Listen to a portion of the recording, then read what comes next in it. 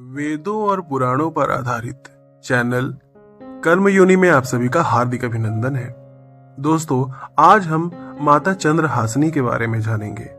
छत्तीसगढ़ में कई सारे खूबसूरत प्राकृतिक स्थल हैं, साथ ही कई धार्मिक स्थल हैं जो लोगों को अपनी ओर आकर्षित करते हैं। उन्हीं में से एक है रायगढ़ जिले में चंद्रपुर में स्थित मां चंद्रहासिनी मंदिर।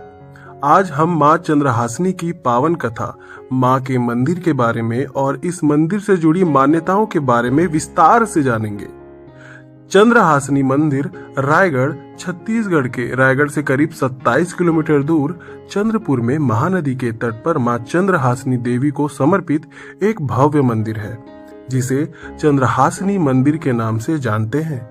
यह मंदिर छत्तीसगढ़ के सबसे पुराने मंदिरों में से एक है। मां चंद्रहासिनी के दर्शन करने आने वाले भक्त पौराणिक और धार्मिक कथाओं की झांकी, समुद्र मंथन आदि से मंत्र मुग्ध हो जाते हैं।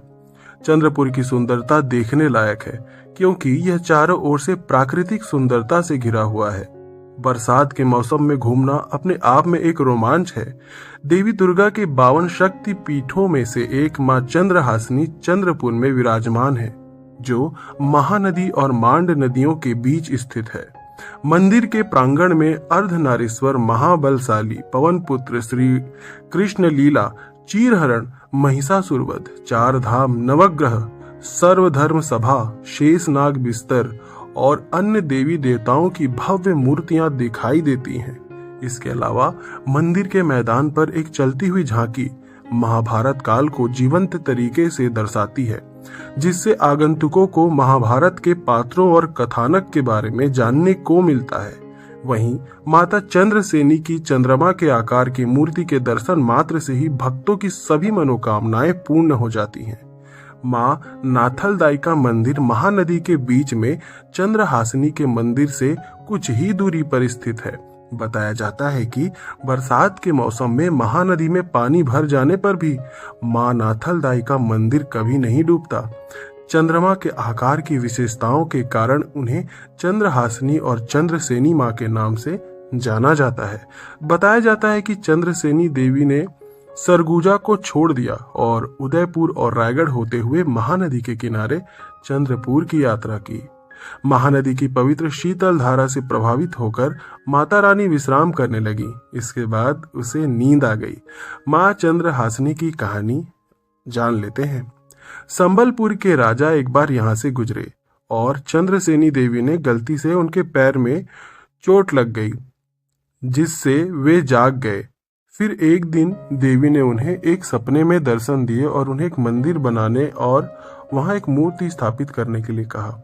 हर साल चैत्र नवरात्रि के अवसर पर सिद्ध शक्तिपीठ मां चंद्रहासिनी देवी मंदिर चंद्रपुर में महाआरती के साथ 108 दीपों की पूजा की जाती है।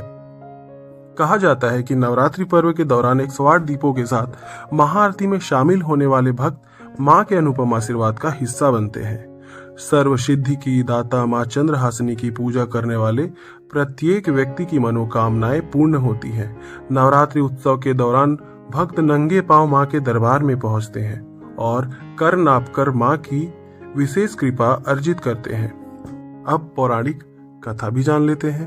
पौराणिक कथाओं के अनुसार भगवान शिव ने दक्ष प्रजापति की पुत्री माता सती देवी से उनकी इच्छा के विरुद्ध विवाह किया था।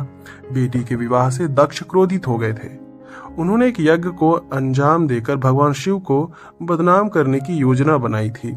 दक्ष के दामाद भगवान शिव और उनकी बेटी माता सती देवी को छोड़कर सभी देवताओं को आमंत्रित किया गया था। माता सती ने अपने पिता के यज्ञ की जानकारी पाकर अपने पति से भाग लेने की विनती की। माता सती को भगवान शिव ने इस यज्ञ में शामिल नहीं होने के लिए कहा था, क्योंकि कोई निमंत्रण नहीं आया था। भगवान शिव के कई अनुरोधों के बाद माता सती को यज्ञ में शामिल होने की अनुमति दी गई थी। माता सती अपने पैतृक घर पहुंची और अपने पिता को भगवान शिव की अवहेलना न करने के लिए कहा। आगंतुकों के सामने दक्ष ने माता सती का अपमान किया। क्रुद्ध मां सती ने योग अग्नि में स्वयं को आग लगा ली। मां सती के बलिदान के बाद भी दक्ष ने यज्ञ जारी रखा। जब भगवान शिव को मां सती की मृत्यु का पता चला तो उन्होंने वीरभद्र को दक्ष को मारने के लिए कहा। वीरभद्र, काल और अन्य शिव गणों ने यज्ञ को नष्ट कर दिया और दक्ष का वध कर दिया। मां सती के शरीर को इकट्ठा करने के बाद भगवान शिव ने प्रलय तांडव किया। ब्रह्मांड के विनाश को रोकने के लिए भगवान विष्णु ने अपना चक्र भेजा और माता सती के शरीर को चकनाचूर कर दिया। भारतीय उपमहाद्वीपों में बिखरे हुए शरीर के टुकड़े पवित्र शक्ति पीठ बन गए। माना जाता है कि यहाँ भी माता सती के अंग गिरे थे। कहा जाता है कि यहाँ महानदी के तट पर चंद्रपुर में माता सती का काउंधोदंत गिरा था और उसके बाद यहाँ सिद्ध पीठ बनाया गया था। इस मंदिर में नवरात्रि पर्व के दौरान हजारों की संख्या में श्रद्धालु दर्शन करने आते हैं।